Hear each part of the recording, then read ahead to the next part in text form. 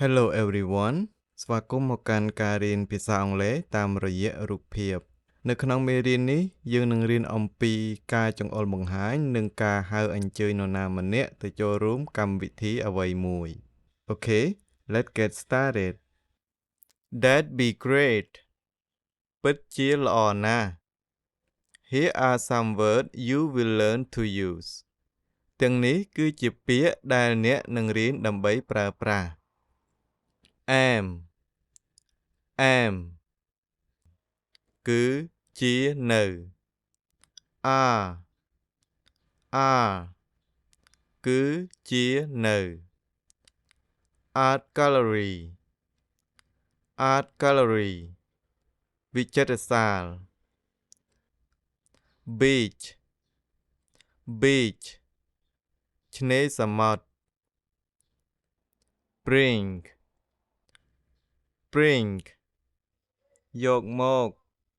នាំមក bringing ការនាំមកកំពុងយកមក but តែឬប៉ុន្តែ can អាច come មក coming ការមកកំពុងមក concert ការប្រគំតន្ត្រី dinner អាហារពេលល្ងាច door ទ្វារ enter ចូល exit ចេញផ្លូវចេញ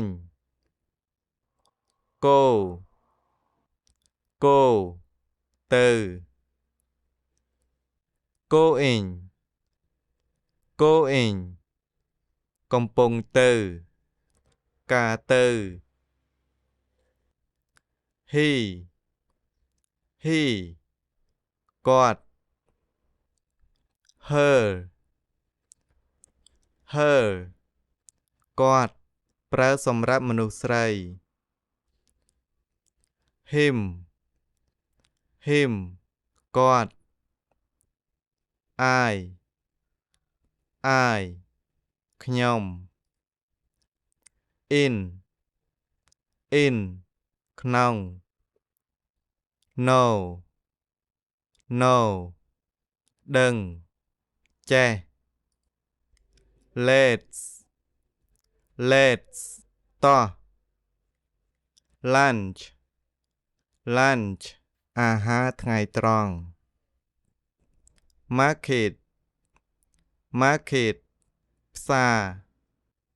me ខ្ញុំ meeting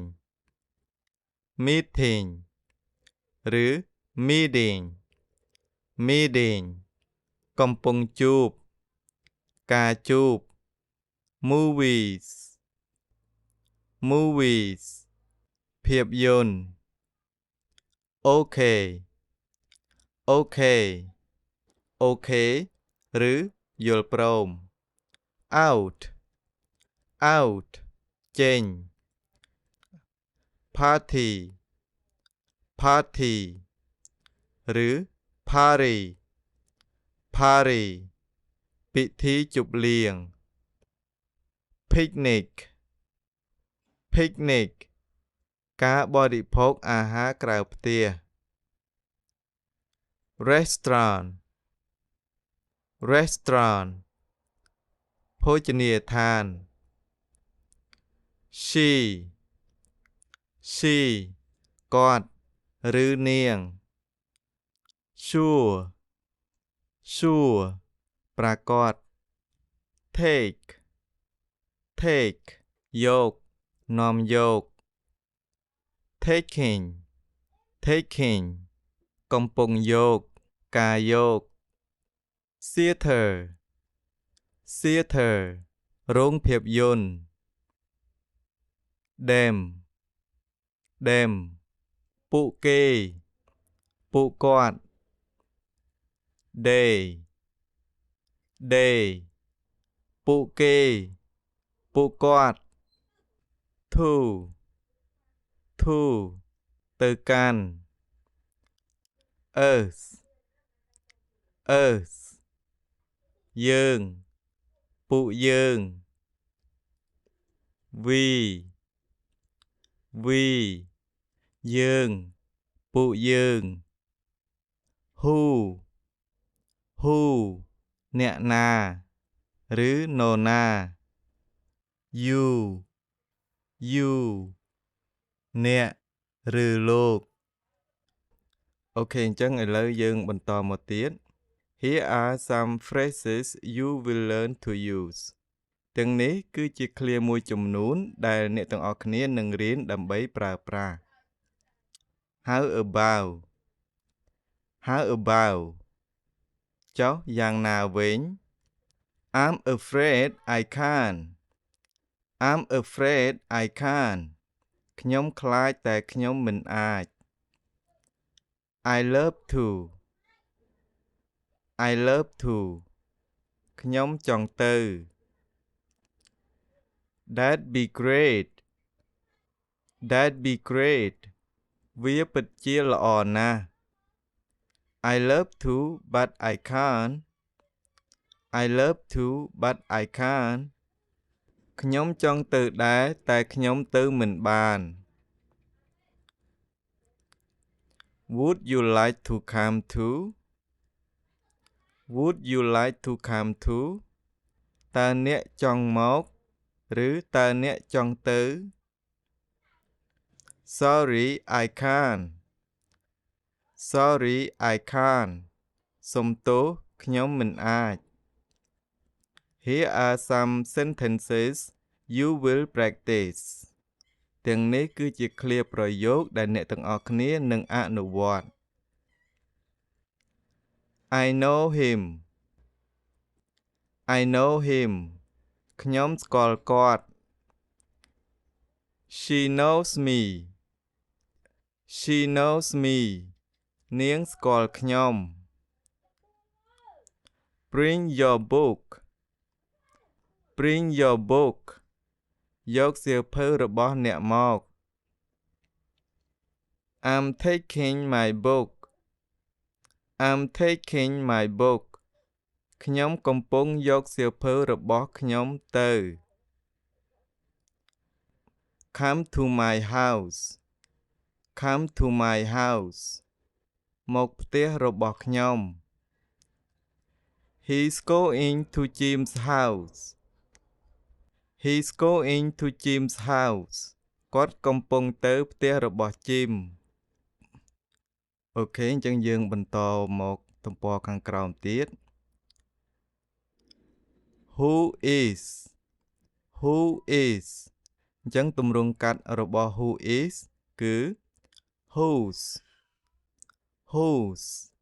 ប្រែថាជាអ្នកណាឬជានរណាអញ្ចឹងយើងមកមើលការសន្ទនាអំពីការប្រើ whose ឬ who is អញ្ចឹងបុរសម្នាក់នេះគាត់បានកាន់រូបថតហើយគាត់សួរថា Who's this Who's this តើនេះជានរណា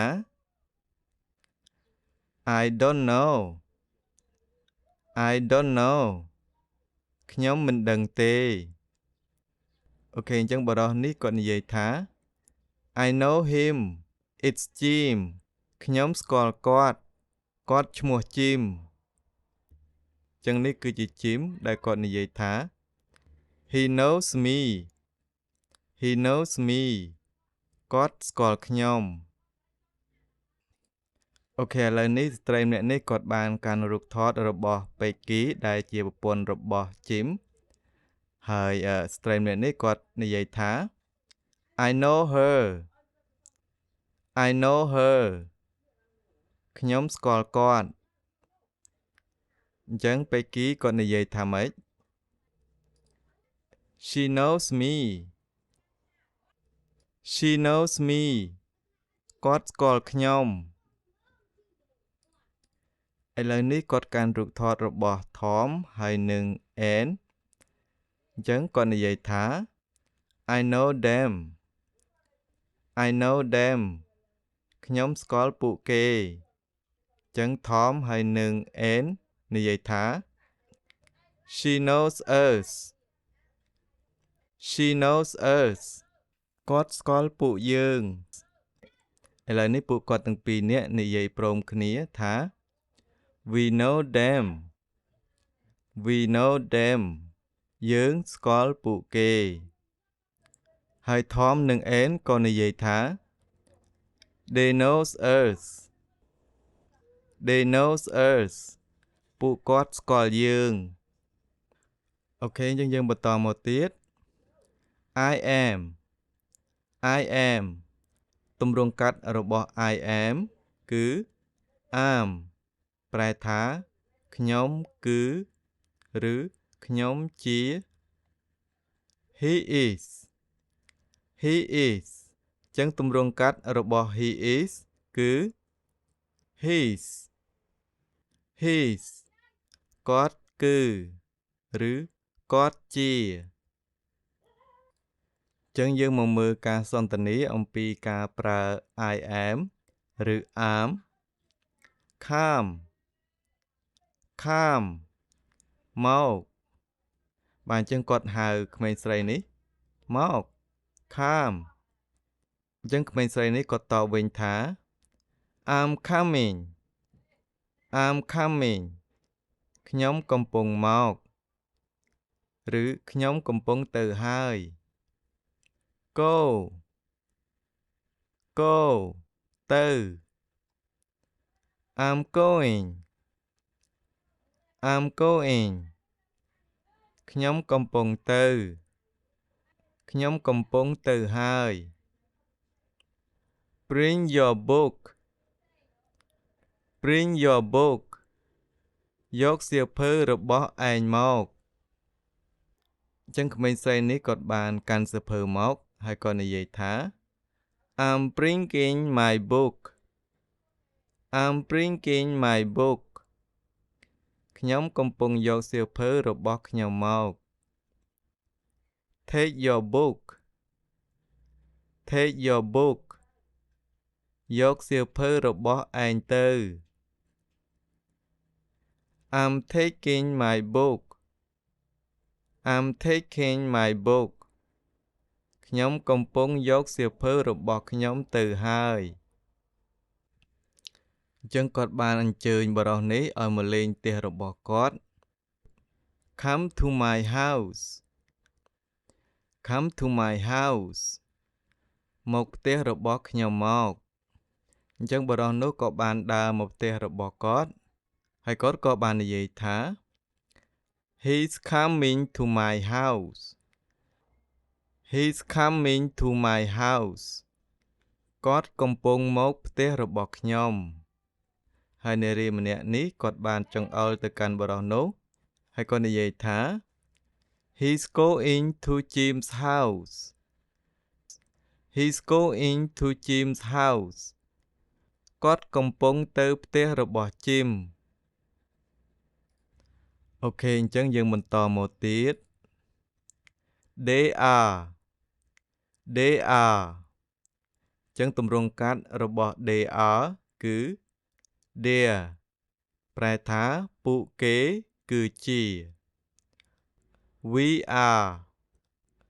អញ្ចឹងទម្រង់កាត់របស់ we are គឺ we're ប្រែថាយើងគឺជា She is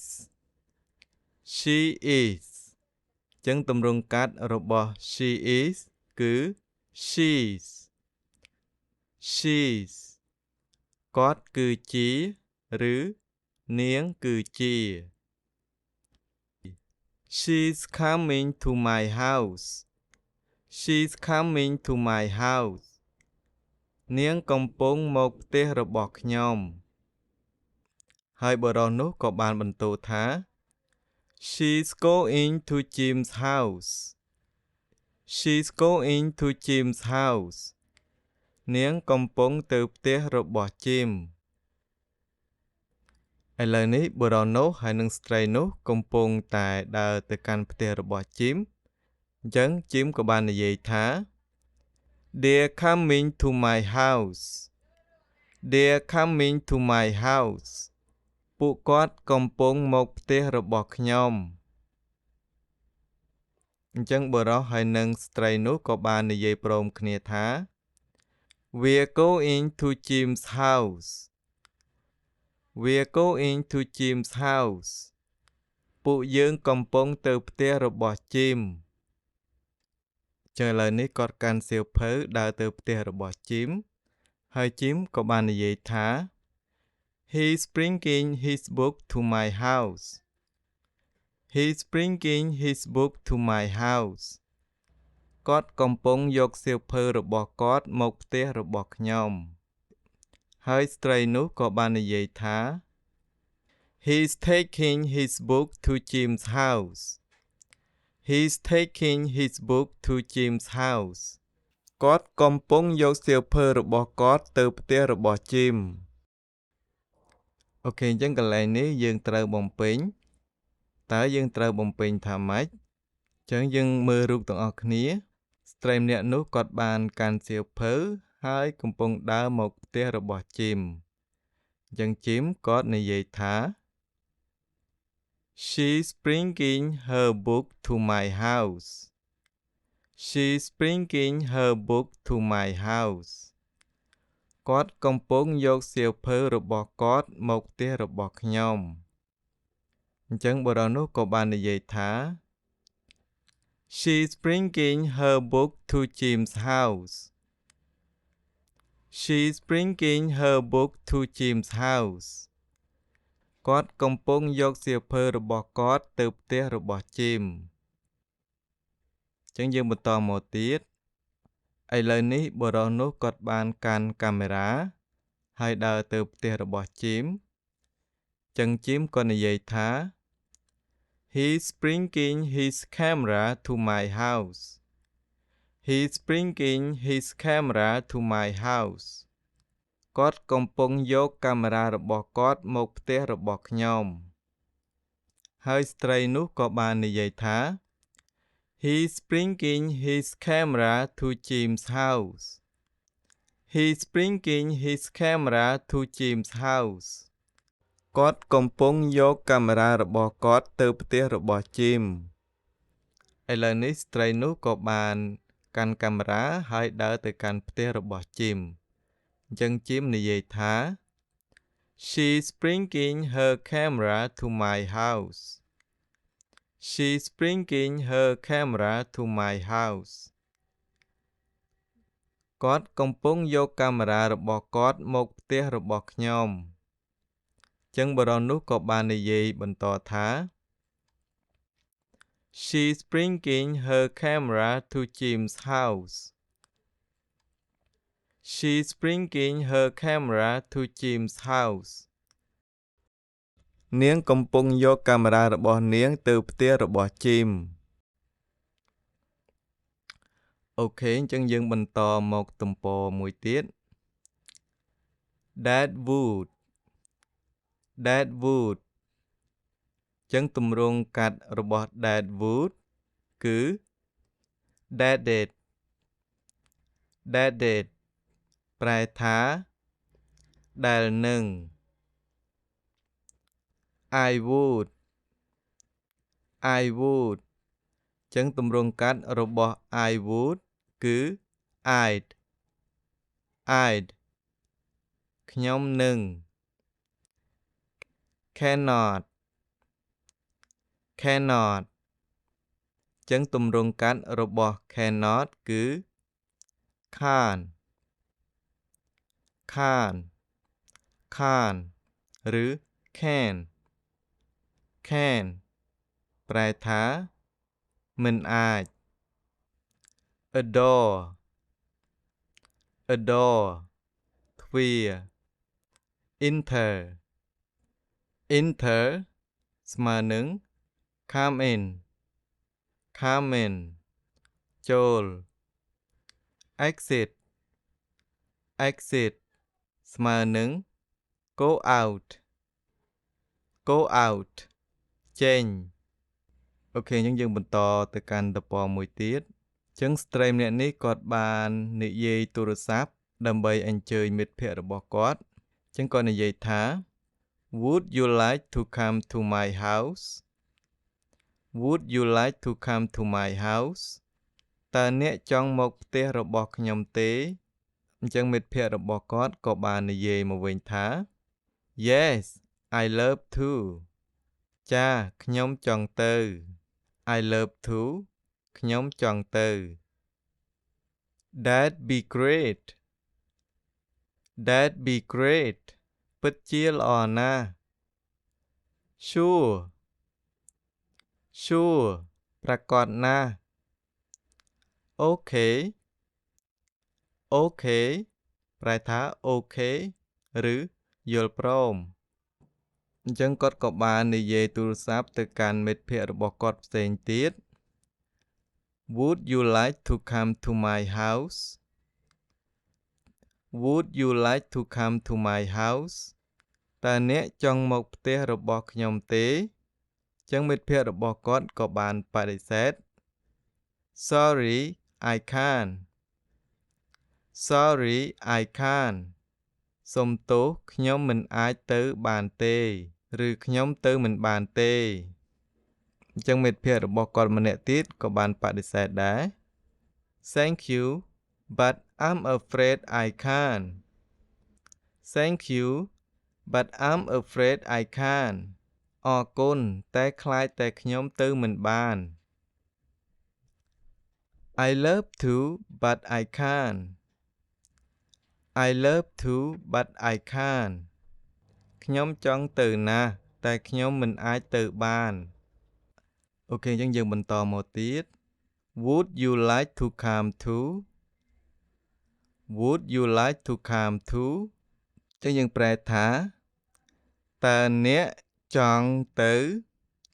អញ្ចឹងខំកន្លែងនេះក្នុងបរិបទនេះគឺយើងប្រែថាទៅយើងអត់ប្រែថាមកទេជាទូទៅខំប្រែថាមកប៉ុន្តែនៅក្នុងបរិបទដែលអ្នកនិយាយនឹងអញ្ជើញទៅកន្លែងណាមួយអញ្ចឹងគេប្រើខំប៉ុន្តែយើងប្រែជាខ្មែរយើងប្រែថាទៅអូខេអញ្ចឹងយើងយកប្រយោគខាងលើនេះមកភ្ជាប់ជាមួយនឹងពាក្យខាងក្រោម Would you like to come to the movie Would you like to come to the movies តើអ្នកចង់ទៅមើលភាពយន្តទេឬតើអ្នកចង់ទៅមើលកុនទេ Would you like to come to dinner Would you like to come to dinner តើអ្នកចង់ទៅញ៉ាំអាហារពេលល្ងាចទេ Would you like to come to lunch Would you like to come to lunch តើអ្នកចង់ទៅញ៉ាំអាហារថ្ងៃត្រង់ទេ Would you like to come to the beach Would you like to come to the beach តើអ្នកចង់ទៅឆ្នេរសមុទ្រទេ Would you like to come to a picnic Would you like to come to a picnic តើអ្នកចង់ទៅញ៉ាំអាហារសម្រន់នៅខាងក្រៅទេ Would you like to come to a party Would you like to come to a party តើអ្នកចង់ទៅចូលរួមកម្មវិធីជប់លៀងទេ Would you like to come to a concert Would you like to come to a concert តើអ្នកចង់ទៅមើលការប្រគំតន្ត្រីទេ Would you like to come to a market Would you like to come to a market តើអ្នកចង់ទៅផ្សារទេ Would you like to come to a meeting Would you like to come to a meeting តើអ្នកចង់ទៅចូលរួមប្រជុំទេ Would you like to come to a restaurant Would you like to come to a restaurant តើអ្នកចង់ទៅភោជនីយដ្ឋានទេ Would you like to come to the theater Would you like to come to the theater តើអ្នកចង់ទៅមើលល្ខោនទេ Would you like to come to an art gallery Would you like to come to an art gallery តើអ្នកចង់ទៅរោងវិចិត្រសាលសិល្បៈទេអូខេអញ្ចឹងយើងបន្តមកទៀតឥឡូវនេះគាត់បានអញ្ជើញក្មេងស្រីនេះអញ្ចឹងគាត់និយាយថា Would you like to come to a party តើឯងចង់ទៅចូលរួមកម្មវិធីជប់លៀងទេហើយនាងក៏បានតបវិញថា Yes I love to ចាខ្ញុំចង់ទៅចឹងគាត់ក៏បានអញ្ជើញក្មេងស្រីម្នាក់ទៀត Would you like to come to the beach Would you like to come to the beach តើឯងចង់ទៅឆ្នេរសមុទ្រទេហើយនាងក៏បានបដិសេធថា I love to but I can't I love to but I can't ចាខ្ញុំចង់ទៅណាតែខ្ញុំមិនអាចទៅបានទេឥឡូវគាត់ក៏បានអញ្ជើញបុរសម្នាក់នេះ Would you like to come to a concert Would you like to come to a concert តើឯងចង់ទៅមើលការប្រគំតន្ត្រីទេគាត់ក៏បានឆ្លើយវិញថា Yes I love to Yes I love to បាទខ្ញុំចង់ទៅឥឡូវនេះគាត់បានអញ្ជើញស្ត្រីម្នាក់នេះវិញម្ដង Would you like to come to dinner Would you like to come to dinner តើអ្នកនាងចង់ទៅញ៉ាំអាហារពេលល្ងាចទេចឹងគាត់ក៏បានឆ្លើយវិញថា Yes I love to but I can't Yes I love to but I can't ចាខ្ញុំចង់ទៅណាតែខ្ញុំទៅមិនបានទេអញ្ចឹងក្មេងប្រុសនេះគាត់បានសួរទៅកាន់មិត្តភក្តិគាត់ថា How about going to a movie How about going to a movie ចុះទៅមើលភាពយន្តល្អទេទៅមើលភាពយន្តវិញល្អទេ That'd be great That'd be great ពិតជាល្អណាស់អញ្ចឹងស្ត្រីម្នាក់នេះគាត់បានបបួលមិត្តភក្តិរបស់គាត់ទៀត Let's go to a restaurant Let's go to a restaurant តោះទៅភោជនីយដ្ឋានអញ្ចឹងគាត់ក៏បានឆ្លើយថា Okay Okay Okay ឬយល់ព្រម The Benson គ្រួសារ Benson នេះគឺជា Judy ដែលជាមិត្តភក្តិរបស់ Anne គាត់បាននិយាយទូរស័ព្ទទៅកាន់ Anne Anne this is Judy Would you like to come to my party Anne this is Judy Would you like to come to my party Anne នេះគឺជា Judy តើឯងចង់មកចូលរួមកម្មវិធីជប់លៀងរបស់ខ្ញុំទេចឹង Anne ក៏បានឆ្លើយវិញថា Yes that'd be great ចាពិតជាល្អណាស់ហើយនាងក៏បានសួរបន្តថា Would Tom like to come តើ Tom ចង់មកទេហើយ Anne ក៏បានសួរទៅកាន់ Tom Would you like to come to Judy's party Would you like to come to Judy's party តើឯងចង់ទៅចូលរួមកម្មវិធីជប់លៀងរបស់ Judy ទេ ចឹងថមឆ្លើយថា Yes I love to Yes I love to បាទខ្ញុំចង់ទៅហើយអេនក៏បានប្រាប់ទៅមិត្តភក្តិរបស់នាងវិញថា Yes he love to Yes he love to ចាគាត់ចង់ទៅដែរ That's all for this lesson អញ្ចឹងវីដេអូមេរៀននេះគឺមានតែប៉ុណ្្នឹងទេសូមកុំភ្លេចចុច like share និង subscribe ដើម្បីទទួលបានវីដេអូមេរៀនថ្មីៗបន្ថែមទៀត Goodbye